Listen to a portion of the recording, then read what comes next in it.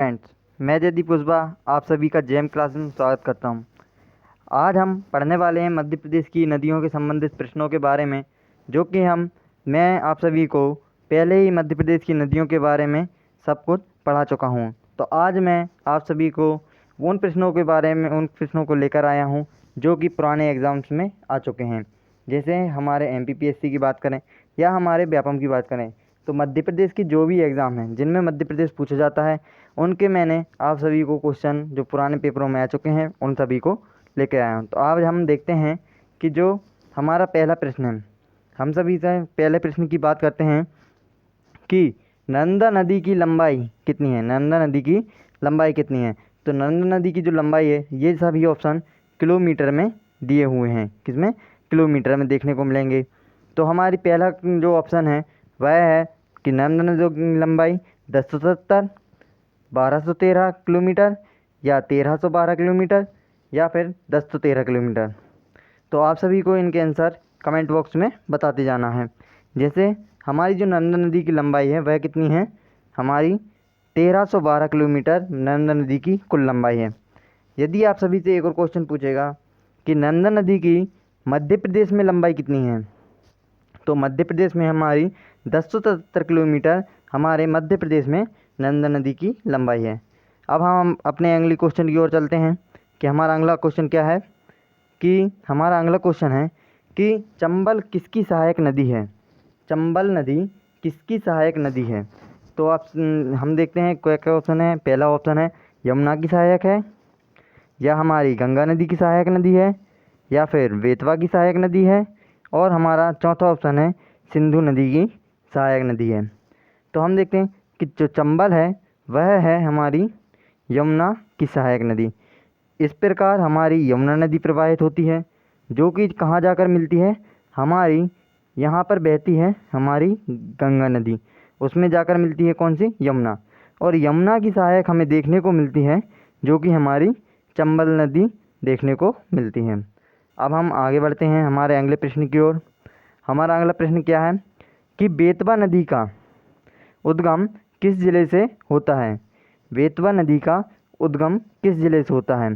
तो हम बात करते हैं, पहला ऑप्शन हमारा है विदिशा, या फिर दूसरा ऑप्शन है रायसेन, हमारा तीसरा ऑप्शन है सीहोर, और डी ऑप्शन है गुना। तो हम देखते हैं कि जो बेतवा नदी का उद्गम होता है वह रायसेन ज़िले से होता है। रायसेन ज़िले में कहाँ? कुमरा गांव से हमें बेतवा नदी का उद्गम मिलता है। तो बेतवा नदी कहाँ प्रवाहित होती है? तो हमारे रायसेन ज़िले से यह शुरू होती है और जाकर किस में मिल जाती है? हमारी जो यमुना नदी है उसमें जाकर मिल जाती है।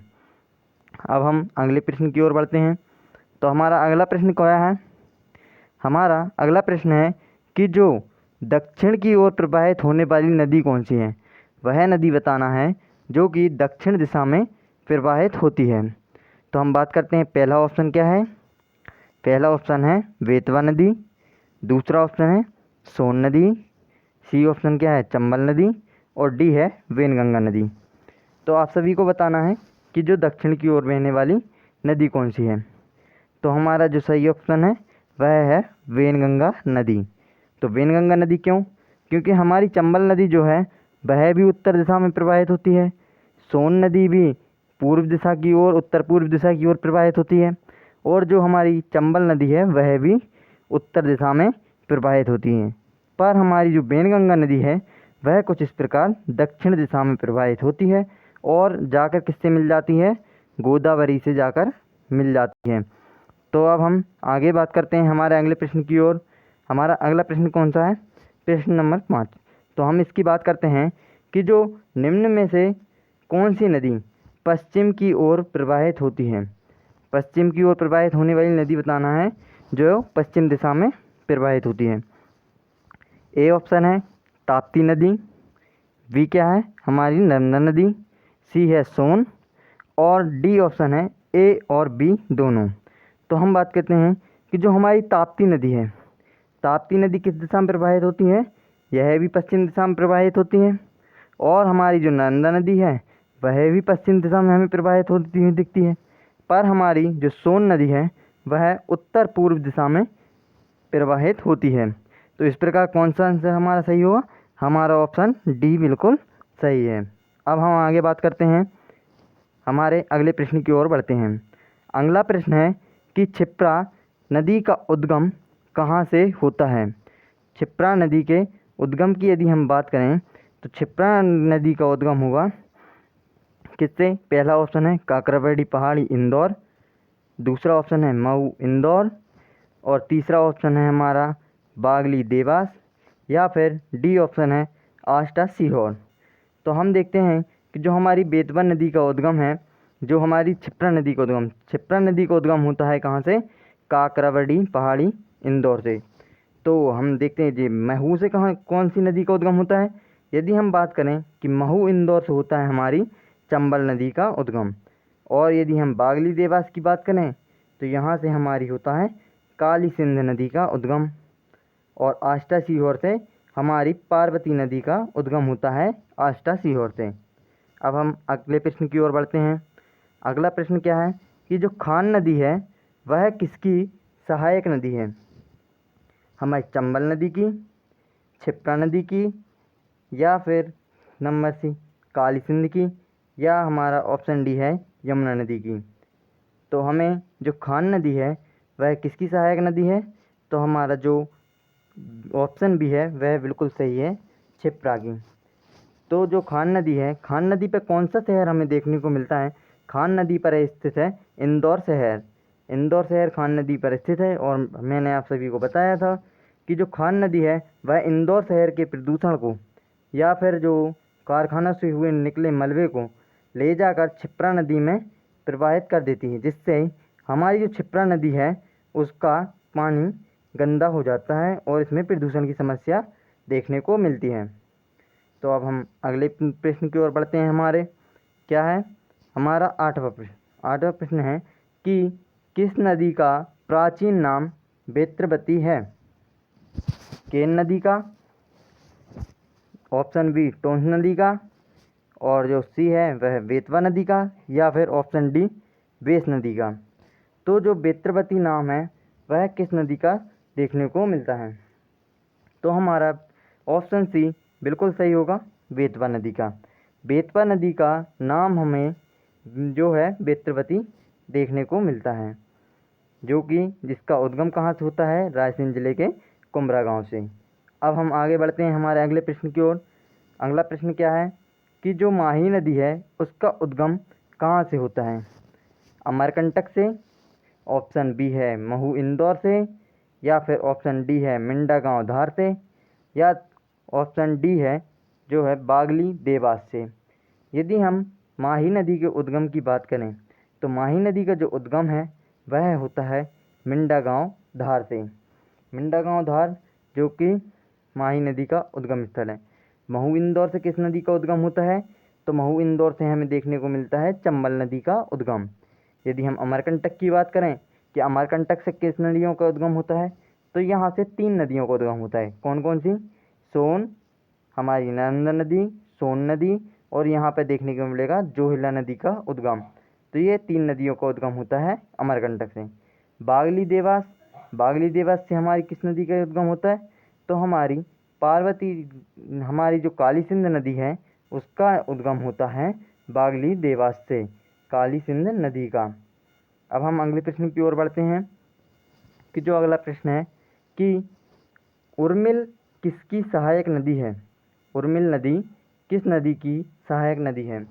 तो हम बात करते हैं, पहला ऑप्शन क्या है हमारा? ए है केन नदी, ऑप्शन बी टोंस नदी, ऑप्शन सी सोन नदी, ऑप्शन डी बेतवा नदी।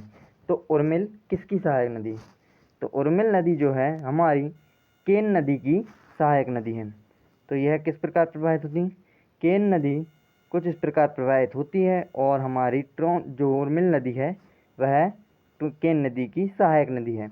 यदि उर्मिल नदी की बात करें तो उर्मिल नदी पर हमें क्या देखने को मिलेगा? उर्मिल नदी पर देखने को मिलेगी उर्मिल परियोजना।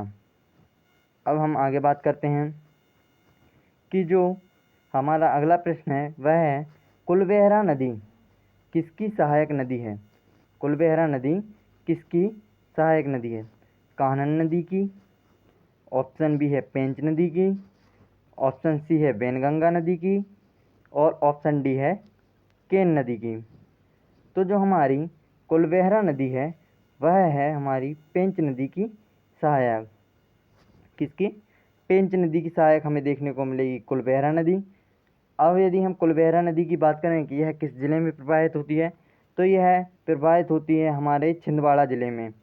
तो छिंदवाड़ा ज़िले में कुलबेहरा नदी को बोलते हैं हम क्या? छिंदवाड़ा ज़िले की जीवन रेखा। किसकी?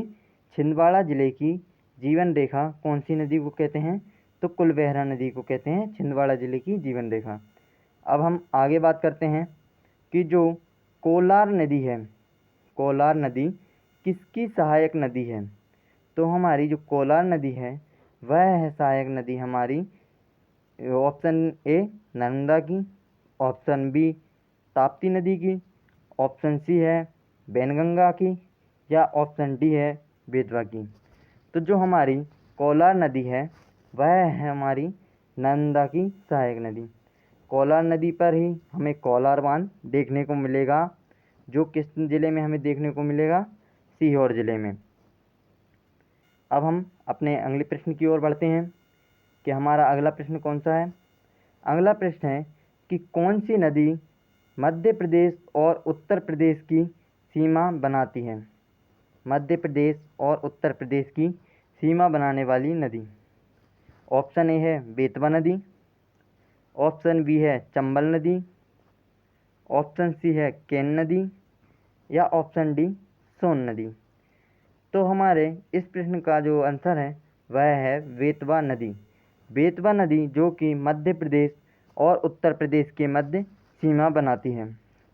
आप सभी को कन्फ्यूजन होगा कि जो चंबल नदी में कि चंबल नदी भी सीमा का निर्माण करती है, लेकिन जो हमारा सटीक आंसर है वह है बेतवा नदी जो कि मध्य प्रदेश और उत्तर प्रदेश की सीमा बनाती है।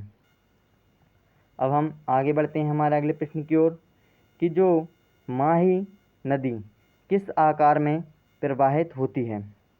माही नदी किस आकार में प्रवाहित होती है? यदि हम देखें कि जो ऑप्शन है कि पहला ऑप्शन है ए उल्टा यू के आकार में, या उल्टा भी के आकार में, या ऑप्शन सी है सीधा यू के आकार में, या सीधा भी के आकार में। तो हम देखते हैं कि जो हमारी माही नदी है उसका उद्गम कहाँ होता है? हमारे धार जिले में होता है, और इसका जो सही आंसर है वह यह उल्टे यू के आकार में बहती है। किस प्रकार? यह धार जिले से निकलकर और हमारे रतलाम जिले तक जाती है, और फिर नीचे जाती हुई और यह जाकर हमारे जो खंबात की खाड़ी है उसमें जाकर गिर जाती है। तो कुछ इस प्रकार के आकार में यह नदी प्रवाहित होती है। तो यह कुछ उल्टे यू की आकृति बन जाती है, जिस कारण इसे कहते हैं उल्टे यू आकार में यह बहती है। अब हम हमारे अगले प्रश्न की ओर बढ़ते हैं कि हमारा अगला प्रश्न क्या है कि कर्क रेखा को कौन सी नदी 2 बार काटती है? कर्क रेखा को 2 बार काटने वाली नदी। तो हमारी जो ऑप्शन ए है नर्मदा नदी, ऑप्शन बी है ताप्ती, और ऑप्शन सी है चंबल नदी, और ऑप्शन डी है माही नदी। तो हमारा जो सही आंसर है वह है माही नदी। तो माही नदी किस प्रकार प्रवाहित होती है? हमने देखा कि उल्टा यू के आकार में कुछ इस प्रकार हमारी माही नदी प्रवाहित होती है। तो यहाँ से यह कुछ इस प्रकार कर्क रेखा है। तो यह पहले कर्क रेखा को एक बार और यहाँ से फिर बाद में जाके यहाँ पर दूसरी बार कर्क रेखा को काटती है। इसलिए हम कहते हैं कि जो हमारी कर्क रेखा को 2 बार काटने वाली नदी कौन सी है? माही नदी। अब हम अपने अगले प्रश्न की ओर बढ़ते हैं कि जो अगला प्रश्न है कि पन्ना अभ्यारण्य से होकर बहने वाली नदी कौन सी है? ऑप्शन ए टोंस नदी, ऑप्शन बी केन नदी, ऑप्शन सी सोन नदी, या ऑप्शन डी बेतवा नदी। तो इसका जो हमारा सही आंसर है वह है ऑप्शन बी केन नदी। केन नदी जो कि पन्ना अभ्यारण्य से होकर बहती है। इसी पर हमें पन्ना में देखने को मिलेगा क्या?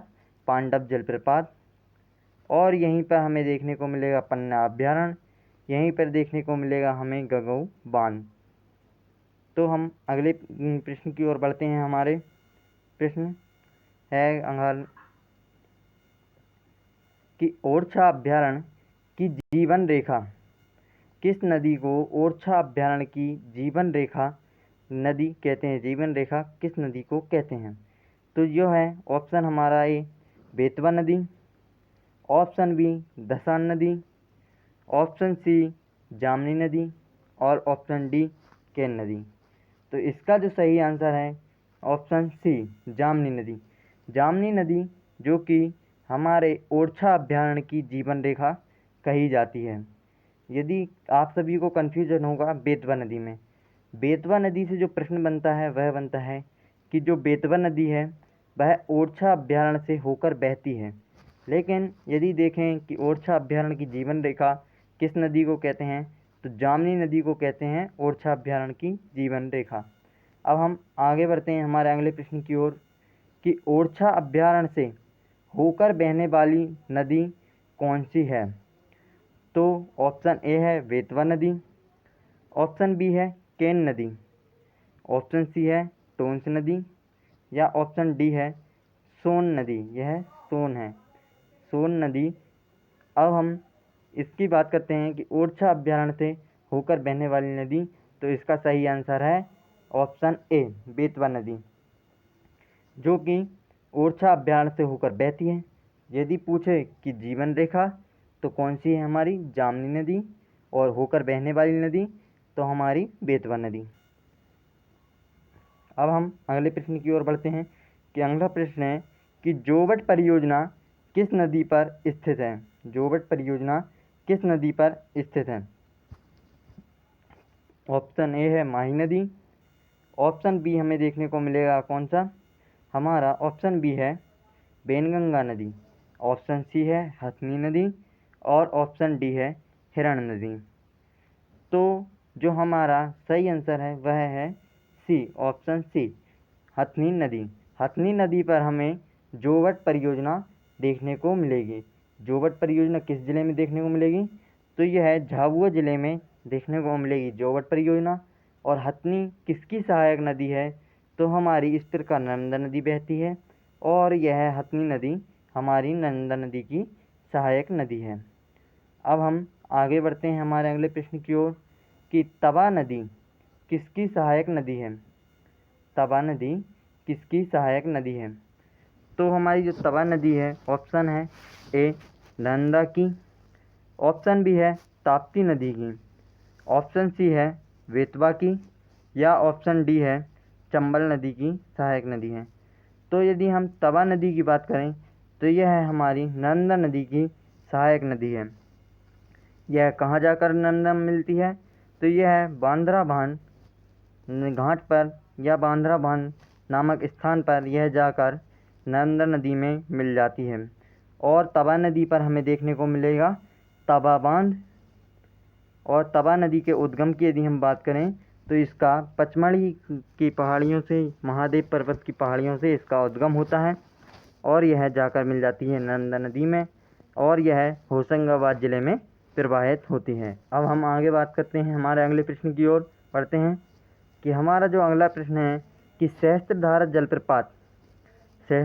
जलप्रपात किस नदी पर स्थित है? तो यदि हम सहस्त्रधारा जलप्रपात की बात करें कि ऑप्शन ए है ताप्ती नदी, ऑप्शन बी है नर्मदा नदी, ऑप्शन सी है बेतवा नदी, ऑप्शन डी है सोन नदी। तो जो हमारा सहस्त्रधारा जलप्रपात है वह स्थित है हमारी नर्मदा नदी पर।